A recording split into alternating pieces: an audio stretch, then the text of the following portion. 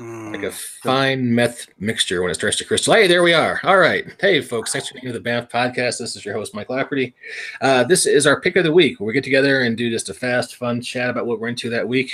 With us today, I've got Walt Rebelliard, frequent co-host. How you doing, Walt? Hi there. And we got Nick Garber, who's the godfather of Apogee Comics. How you doing, Nick? Doing good, man. Good to be here. Right. So you had a lot of stuff going on this week. Tell us what your pick is. Me? Yeah.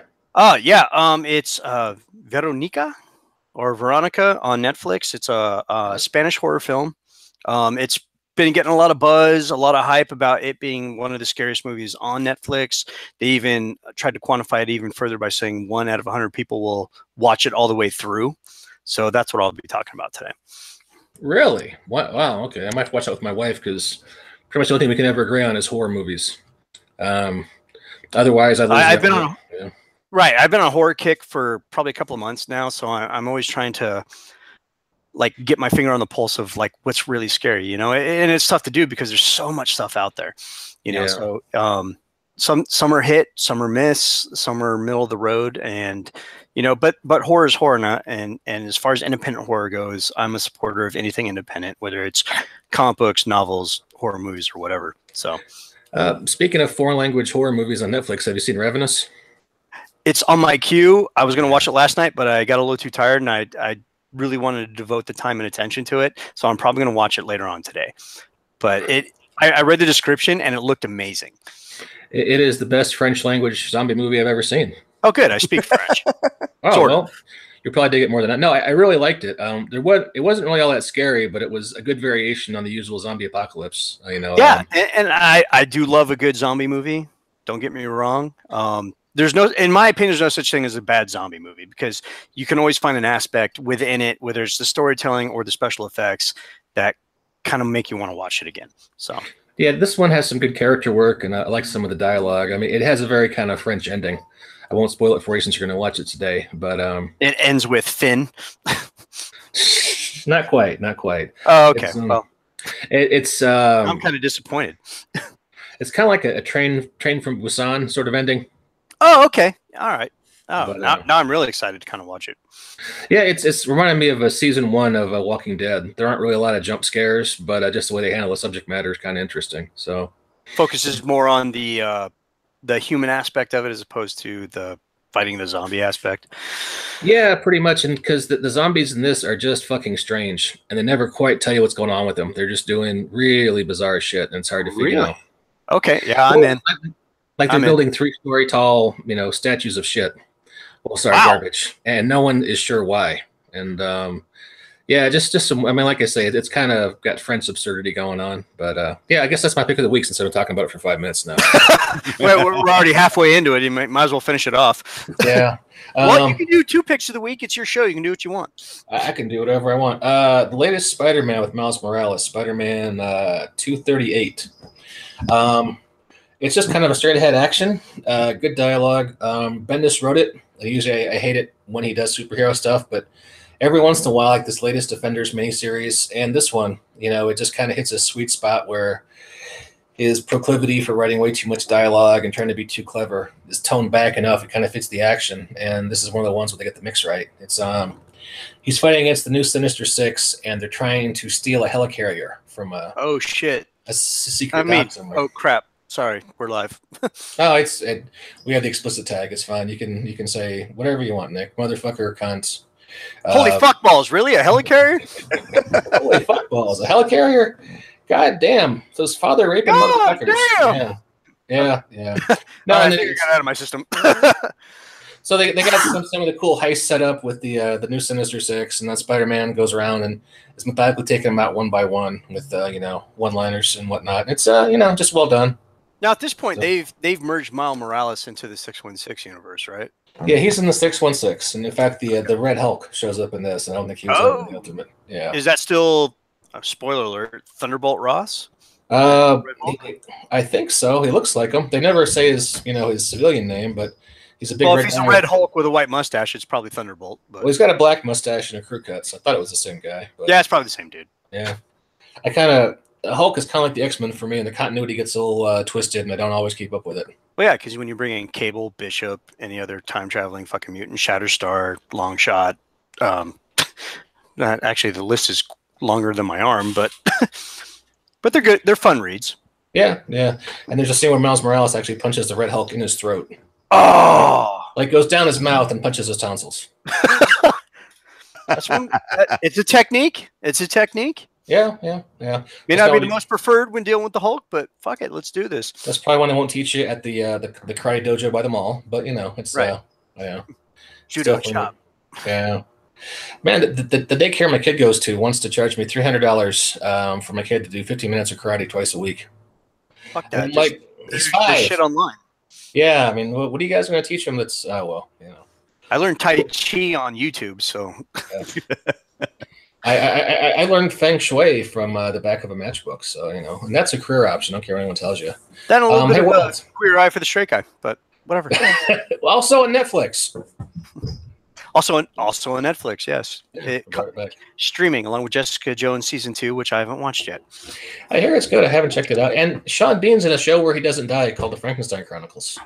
That is on my queue list. Unfortunately, I don't have enough time. Is it good? It's creepy. It's I've seen 4 episodes, and it's creepy. Like right. I'm in. Like when you see a period piece like that, and it's like, everybody's clean, and right? And which is not the case. People have hygiene and stuff like that. Like they're showering every day. Yes, there are pieces of this their world building that make you realize how fucked up it was to live during that time. Oh yeah, we're talking what late 1800s in Germany. Oh, no, it was early 1800s. Okay, so we're talking like 1823. 1820. Okay, yeah. Right. Yeah, but nobody's clean in 1823 fucking Europe or America or anywhere else on the goddamn planet. I'm not going to spoil it because just even the subtle hints to the time period, you're just like, oh god, that's awful. Okay, Walt, I'm going to watch 4 episodes to match you, and then we're going to have a discussion. Yes, Frankenstein next week on the BAMFcast. Next week on the BAMFcast. You might as well just put me on the show permanently at this point. All right, that's cool. We'll give you a compost chair and the onesie jumpsuit. It comes in purple. I hope you don't mind. God, I love purple and I love onesies. I mean, what's not to love? All right, hey Walt, what's your pick of the week? Well, I feel almost tempted to start talking about the Frankenstein Chronicles, but no, I can't. I gotta bring it to the other side of dark, as in like the dark of space, because the season finale of Rebels. Holy shit! Oh wow, I've heard really good things. I really enjoy Rebels since it came on, because it was a fun, quick weekly take of a weekly bite of Star Wars. Nice. And then it was one of those things where I could buy it on like Google and just have it streamed to my phone and watch it all the time. It was not necessarily all the time, but if I was out at the dog park, with the monstrous Rex that I have prowling my house or whatever. The German Shepherd, awesome dog. Oh God, he helped me drag trees out of my job's parking lot the other day. I love trees. Yeah, we had a minor hurricane that knocked some stuff down, but I mean, it was just one of those shows where it really understood Star Wars. Understood the concept of Star Wars. And I just watched the one where the old Jedi guy sacrificed himself at the end. Oh yes! Oh my God, that was so tough. Because there was. See, and I'm still on season 1, so I'm like trying to catch up because I'm a huge Star Wars fan. I just don't have the time to watch everything, but I do enjoy hearing about the later seasons. So it really builds me up. So when I get to that, I'm like, oh, okay, this is what Walt was talking about. Have you heard about the time travel episode? Yes, I've seen it. I have. Yeah. I have. That's pretty cool. Yeah, and the way they did it was really cool because they base it on aspects of the Force and the malleability of the Force. So ancient Jedi. Was there any Mary Poppins scenes? Not yet. Thank God. All right, but I mean the finale was great because it did several things that you should always do in epic storytelling. It brought big storylines to a close. It left just enough dangling questions to make you want to shell out more money for side content like comics and shit like that. Right. And then it put forward things in the future. So it really was a very, very well done episode. The last and they've been releasing with this last season 2 or 3 per week. So nice. yeah, so you can get them pretty much all at once, and oh my God, they just did a great job. Even like the way they handled because my first introduction to one of the main characters this season, which was thank you very much for my shoe, I appreciate it. Can you please go away now? Good dog. Good dog. So one of the main characters that they introduced into the show, my first introduction to him was in '91 when I was in the Army. Grand Admiral Thrawn. Yeah. They repurposed him and put him in the series, and he was just very well done. And in the finale, you get just enough of, yeah, this is what you get, fucker. You know, I mean, so it was. I really recommend the series, but this last season was like an emotional punch in the face, and then just the amount of sheer hope at the end of the last episode. You're like, there's got to be more to this. They're planning something. So it was fun. I really enjoyed it. Cool. Well, what's really great about that series, though, is the callbacks to the movies and the foreshadowing to the original trilogy. That's one of the things I've like really enjoyed about it, in the limited, sense that I've watched it. But well, the thing that they really do well in the show, and Dave Filoni, the guy that is the showrunner / writer / extraordinaire, he's done a really great job of taking just enough elements to make it Star Wars and making it Star Wars, so like, but keeping it to the side. Right. So like, what do you call it? So you never feel like it's intruding on the original. The original stuff. Right. So it was the Rogue One thing where you sort of complement it and supplement it, but you don't like start retconning bullshit. Yes, but I gotta tell you, one of the best seasons was season 2 because they would have these little mini movies in between seasons, and the scene of like Darth Vader at the end of it, the way they did it and the way it was a tie back to the Clone Wars where certain characters got to meet and interact and stuff like that. It was, oh my God, it was brilliantly executed. So yeah, that's my pick. Cool. Awesome. Yeah, Jon Favreau is been tapped to do the live action, which I was going to bring that up. How does everybody feel about him doing a live action series for Star Wars? I've liked like 2/3 of this project he's been involved with. So I'm cautiously optimistic.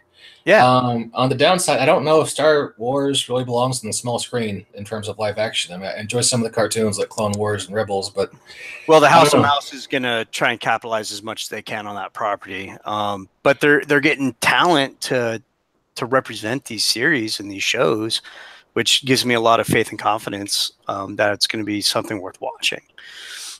Yeah, it would. It's at some point we're going to reach a saturation point where just people are ready for Star Wars to go away for a while, like it did after Return of the Jedi. But overkill. I don't think we're quite there yet. Although I haven't seen the last movie yet, so it's probably coming. Probably in the next 5 years, you're going to see a lull in Star Wars stuff, and then it'll come back with a vengeance, and then we'll get like 10 years of cool Star Wars stuff, and then it'll go down again, and it'll just be ebb and flow as long as they hold the property. So yeah, I'm more excited about Mark Hamill having some kind of cameo in Guardians of the Galaxy, the next sequel. I just read today he wants to play Dr. Octopus. In Guardians of the Galaxy, though? No, not in Guardians of the Galaxy. In the next like if he gets a role in Guardians of the Galaxy, how is that going to work out if he wants to do something in a Spider-Man Homecoming sequel? You know, If he could play Richard Rider, an old grizzled Richard Rider, yeah. that have to retcon some of the Nova Corps stuff from the first movie, but I would like to see him as an old disgruntled, battle hardened Nova Corps guy. Like Rider. Before they give it to Sam, right? I think it's Sam Alexander. Yeah, Sam Alexander, who I have his action figure sitting on my Hall of Heroes. And I was reading Infinity Countdown, came out this week, and it's basically a sequel to the Guardians of the Galaxy comic, which was canceled. Same creative team and everything. And oh, nice. Yeah, they're bringing the Nova Corps back real slow, but and the main Nova is Richard Rider. I mean, Sam Alexander is out somewhere studying for an econ exam or something, and he's trying to pass Psych 101 or whatever. He's got driver's ed or something. Who knows? But it's because he's still in high school in the books, right? Sam is. I believe so, but I mean, he's kind of in that age cohort where they're sort of always in high school until they're not. Yeah, because all those guys are in the Champions right now. Yeah. So, but I mean, in terms of publication history, that dude's been around for like 10 years now, almost, I think, maybe 7. Yeah, and I like Sam Alexander because he's kind of like Marvel's version of Hal Jordan in the early years with the Green Lantern. He's cocky, he's arrogant, he's steadfast, he's brave, he's just, he's an overall likable dude, unlike Hal Jordan now where he's kind of a, dick, but but you understand why, because he's dealt with Parallax, he's dealt with so many other things in the past where he doesn't have that same personality as so it's nice to see Marvel have a character like that outside of Deadpool, outside of Spider-Man. Sam brings really something to his own with being that cocky, arrogant young kid, thinks that because most I remember being at that age where I felt I was invincible and I knew everything. And then you give me the power of a Nova.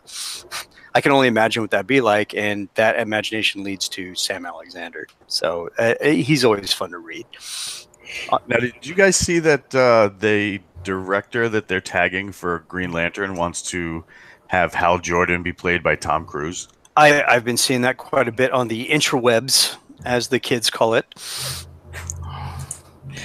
Well, it's hard to like Tom Cruise these days, but it's hard to hate him too. It's a weird thing. It's like you want to hate him, but you can't because he makes good shit. He's been in a lot of movies I've enjoyed. I mean, at least they didn't make him Shazam. Oh God! Now, what do you think of those pictures? Have you seen those? They put a prosthetic neck on Zach Levy. Because they gave him this muscle suit to make him on par with The Rock, who's playing Black Adam. Yeah. And in certain pics, they don't have the prosthetic neck on, and he looks completely off because he has this, like, Zach Levy's a fit dude. He was in Thor, the sequel, and he is a fit dude. He's a muscular dude, but does he have the muscular prowess as like The Rock? Absolutely not. So they put him in this muscle suit, and he has this thin ass neck. That just like totally, it's like somebody skipped trap day. You didn't do your deadlifts. Whatever. And does he look like he has doll hair? I mean, yeah, I was hoping you were going to say that because sometimes there's something off about his hair too. He just looks off. And now I'm hoping post-production they're doing some effects, or maybe what we're seeing is he doesn't have the hood on, because he does have the hood on the cape, like the New 52 style, which I thought was a really cool design. So if he doesn't have the hood on, and I think some of those pictures showed him without the hood on purpose because he has that prosthetic neck to make him look more full. And he's got that small town newscaster hair. That would probably, and he does. Deflect quarters and small caliber bullets. This is Zachary coming to you from local channel news 4, with the weather. Yeah. That's been the one comic book I've been able to read to my kid, has been the Magic, Billy Batson and the Magic of Shazam. Well, it's a really cool story too, and it's really empowering for adults and young people, because you have Earth's Mightiest Mortal, and it's coming from a preteen kid, You know, it's a preteen kid mind inside this adult body that has just like an exorbitant amount of power. You know, and it's fun to read. Yeah, it just he's the one he'll still ask for sometimes at bedtime, and I like the book. It was clearly written for people who are like older than him, because we have to like, all right, squint. You see this panel here? Here's what's happening there. Make it fuzzy. Some of the page design was just that's a tedious point, but yeah, right. I'll definitely be seeing it. But yeah, some of the pictures I've seen so far, I'm sure Dwayne Johnson will be great, because he's usually fun to see on screen. Right, and he brings a lot of energy to the screen too. I think it's going to be a fun movie. I think it's going to be probably on par with Captain America: The First Avenger, as far as like levity and humor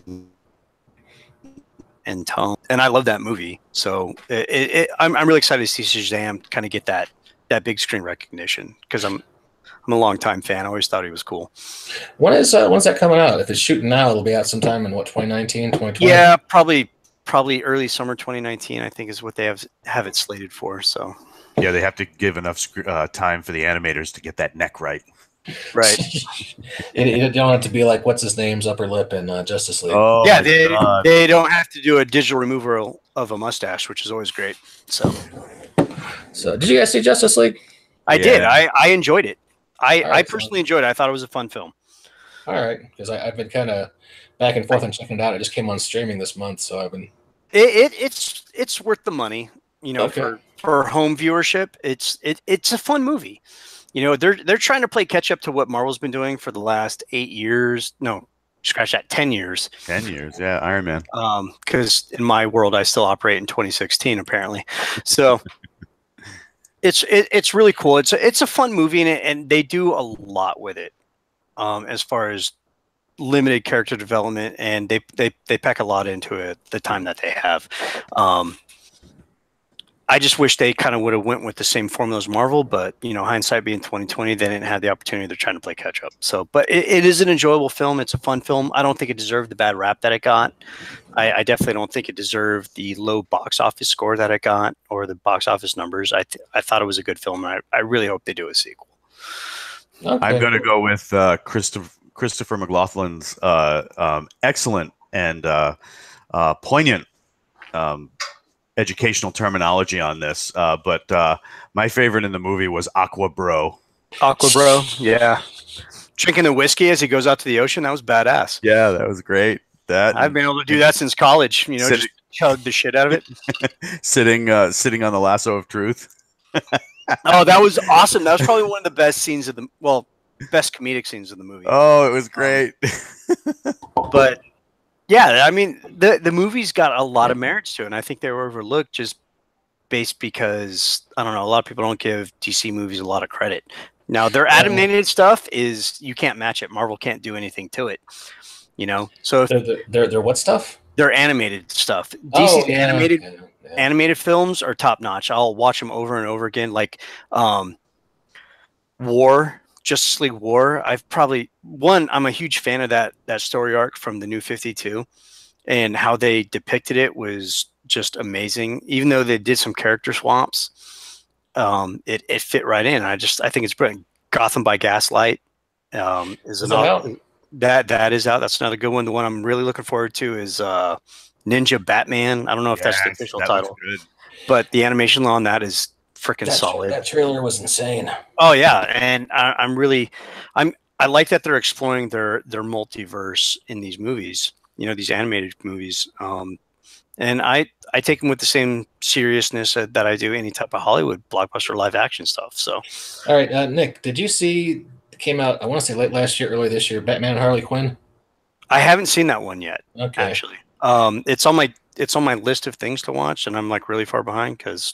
Yeah, it's almost it feels exactly like the Batman Adventures, the Paul Dini and the old animated Bruce Timm stuff. Yeah, but it's I enjoyed it, but they made some quirky decisions. They have like 2 musical numbers back to back. Really? And it almost feels like I guess the right genre might be called screwball 60s comedy. Okay. Well, I'm in. Yeah. So I'll probably watch that tonight too, along with the Frankenstein pick that Walt suggested. That's what I love and hate doing these shows because it just adds to my queue list of things that I need to watch. And I have a big whiteboard here that you can't see that I write these things down on. You know, Dark Mirror came from this show because or Black Mirror. I'm sorry. Yeah. I had passed that over so many times, and then it got brought up on this show, and I'm like, oh shit, man, I think I'm missing out. So I went back and I binge watched the show. I called in sick from work to binge watch it. You know, we're broadcasting live, right, Nick? Yeah, I know, and I hope they watch it too. I want to let them know that. This show was so goddamn awesome that I called in sick from work for like 2 days to make this happen because it was it really doesn't disappoint up until about the fourth season. It's like every other episode was really good, and then it just seemed like it was like Monster of the Week type. Yeah, I can see that.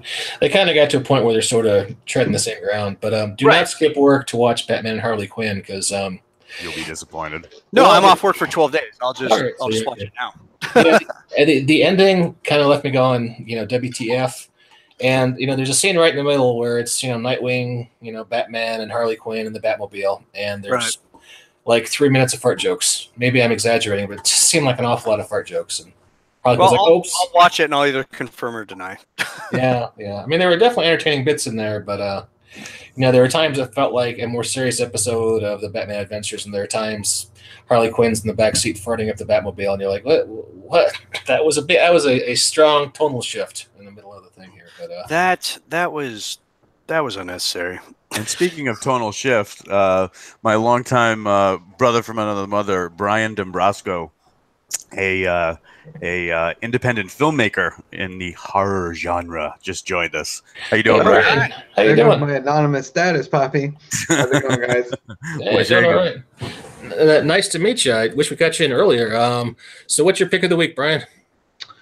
I'm sorry. What's the topic this week? Your favorite anything you want. Yeah, your favorite anything from this week. What have you watched? What have you seen? It can be horror. It can be the horror show that is the Road Outside Your House. I'm gonna have to go with something where somebody's getting murdered. So I'm thinking like maybe Rest Stop. What's Rest Stop? Old horror movie. Okay. So look, come on, fill us in. Tell us about it. Okay. So basically, there's a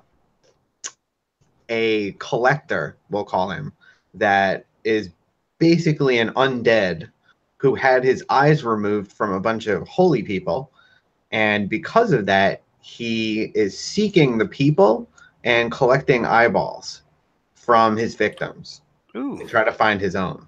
I see what you see. That's creepy. When did this come out? I want to say probably about 10 years ago. Oh, okay. Is this on Netflix? How do you find this? So it's probably not on Netflix. What was the name again? I'm sorry, I missed that. I was so excited about the Rest Stop. Okay. There is also a Rest Stop 2, which is also awesome. You guys are filling up my whiteboard. Jesus Christ.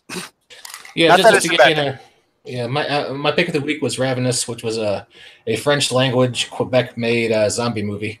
Nice. And I'm going to be up till 3 a.m. watching these movies. Is that on Nick, Netflix? Ravenous? I'm sorry. That is on Netflix right now. Yeah. Nice. And Nick, you had you had a Spanish language horror movie. It was your pick, right? Yes, Veronica or Veronica, as they say in the movie. Like I was said earlier, or like what I said. Oh God, my English is horrible. Anyway, earlier in the show, I had mentioned that it had gotten a lot of hype about how scary it was. It was getting a lot of hype of this, like 1 in 100 people can watch it all the way through. I guess I'm one of the 1 out of 100 that watched all the way through. And just to make things extra special, I turned off all the lights and grabbed myself a beer and turned up the volume really loud. It is a very good horror film, and I do enjoy some of the foreign horror films because they take a little bit more risks. With this film, it's all in Spanish, and it's on Netflix, and you can have it dubbed. Not dubbed, but you can have the subtitles on the bottom, which I really didn't need. Thank God, finally, after 4 years living down here in South Texas, I've picked up enough Spanish where I could follow along with the film. Hey, es tu problema. Exactly. Verdad. So anyway, Gotcha. Oh my God. it all centers around fucking with a Ouija board, which, apparently, the suggested age is 8 to 55. So 8 years old, you're allowed to contact the devil. And that's what these teenage girls did in a Catholic school. And you have this blind nun that looks scary as shit that they called Sister Death. What's the name of this? Veronica. Okay, hang on. I'm writing this one down. On Netflix, awesome. on Netflix, look for the accent. Netflix right now. Yeah, look for the accent on the O. There's 2 Veronicas on there that are both horror movies on Netflix. One of them has an accent over the O. Look for that one. Okay. Oh, hey, it looks like Rest Stop has Jamie Alexander, who was Sif in Thor. Oh, nice. Okay, so I'm definitely in because I love her. And Joey Lawrence from Blossom. Oh shit, I'm definitely in. Hey. I love her too. Whoa, he's got nice breasts. Very, very nice, very nice. So, but the movie is really good. Is it the scariest movie I've ever seen? No, but I'm kind of jaded. I'm a combat veteran. I've seen a lot of fucked up shit, so it's kind of hard to get a thrill out of me. But it was an enjoyable film. I did enjoy the journey that went through with this girl Veronica going through this supernatural experience, which I won't give away the ending, but it leads up to a oh my god, holy fuck, this is kind of spooky shit. And it definitely fuck the sunglasses. Fuck the sunglasses. Show them beautiful eyes. Show them. So that's what's going on with the movie. It's really creepy, and it sets a lot of rules with the Ouija board that they're kind of following, and it's kind of like a cautionary tale of like you got to follow the rules, otherwise shit goes south. Okay. But it had a lot of great imagery to it. The demon / supernatural entity was really creepy, and it had a lot of suspenseful moments, and that was definitely tied with the visual imagery that you're seeing, along with the score of the movie to accentuate the intensity of of certain scenes. So I'd probably give it like a 7. An argument could be made for 8 out of 10. Is it the scariest movie I've ever seen? Probably not, but I've seen some pretty scary shit, so I'm probably not the guy to ask. But for a casual horror fan, this will probably scare the shit out of you. Cool. Hey, are we doing a show and tell today? I do have access to the horror collection, and I have only horror movies. So I could play some clips for you if you want from stuff you haven't seen. That would probably be for a longer show. I would like to do that at some point in the future when we got it set up. But that's definitely a longer show. Yeah, this is supposed to be a quick. Hey, what are we into right now? Sort of 20-minute show. I think we're about twice past that at this point. Whoops. This one has gone a little longer than usual. Yeah. Is this the porn cast, the gag ball, and everything, or? No, we don't go that far. What? that's next week's show.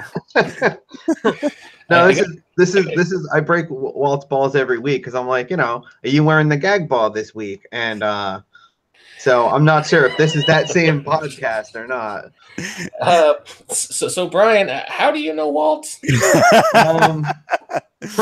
I met him on one of his podcasts. No, you did not. Nice try. But the funny thing is, are you seeing, Mike, the tonal difference between when you have all educators on a show versus all soldiers? Yeah, it's a different vibe, right? We say fuck a lot more. And there's copious amounts of whiskey and coffee. Sometimes in combination. Sometimes mixed together, and then you have the occasional knife hand. Yeah. Yes. You must be very careful with the knife hand, though. That power must not be abused. Or So Brian, what do you do when you're not drinking coffee and whiskey? I'm sleeping. You're sleeping? What else is there? I mean, I'm sleeping. No, what Walt said you made horror movies? No, not yet. So I'm trying to write one. I would love to get it acted out, produced by a bunch of 20-year-old hot chicks, obviously, right? But we're gonna have to wait to see how that goes. Sorry, Pappy. But I will give you the gist of it. Can I do that without? Yeah, sure. Yeah, give us the short pitch. Okay, so, your typical cabin in the woods, right? Yeah. So in the beginning, they're transporting a body in the trunk of a car into a cabin in the woods so that they can bury it. Group of teenagers, teens, random hot chicks, whatever you want to say. Unfortunately, they've buried the body, the decapitated and dismembered body, I might add. Like you do. That's like a pretty important right? caveat because I Yeah. I feel it's going to bring the plot forward. Yep. They bury it into an Indian burial ground, Ooh. which resurrects and brings forth demons and interdimensional beings. Okay, so yeah, I'm in. So, I want some clowns to pop out of there too, right? So we're getting there. Okay. I'm an insane horror fan, and I love clowns or hate them. I'm not sure, but one of the two. Are you a fan of the Horror Syndicate on Facebook? I am not a Facebookie. Well, write that down because uninitiated. that's really good. And then What is it also the Horror Syndicate, THS. I'm going to shamelessly plug them right now because they're also part of Apogee Comics, which is my company. And then I don't know if you guys are aware of this, but there is the Midnight VHS Presents on Facebook where they stream classic horror movies from the 80s and 90s. No. Midnight on the East Coast. Do the math for if you're not on the East Coast. And they play some really classic horror shit. Like the other day they had the other week they had Chopping Mall. I haven't seen that movie since I was a kid. Huh. And it's almost like your own personal MST3K, because you have the comment section on the side while the movie's going on and everyone's just kind of like either blasting how shitty the movie is or how horrible the action is, but everyone's has a really good time. So what time zone are you in, Nick? I'm in Central. I'm in Texas. Okay, so you're an hour behind. Yeah. So Okay. it's 11 o'clock for me, which is Noon great. here. So Well, it's not noon here. It's like fucking 4 o'clock. like 2:20 p.m. right here where I'm at. But Okay. It's a fun site, and they'll do a double feature, and you'll get some really strange shit as far as the horror genre. So if you're a horror fan, definitely check it out. It's all B-rate weirdness? Oh yeah, it's Nice. It's so awesome. Like you'll see like Italian horror, Filipino horror, just like the whole gamut of like horrors on there coming from the 80s and 90s. It's you're just sitting there going, wow, this is so bad, it's awesome. Okay. So it's worth a look. Cool. Well, hey guys, I need to get back to work. My lunch hour is up, but I want to thank everybody for coming out. Hopefully we can do something like this next week. Oh, that'd be awesome. I'm in. All right, cool. And to our listeners, thanks for checking us out. We'll see you next time on the BAMF podcast.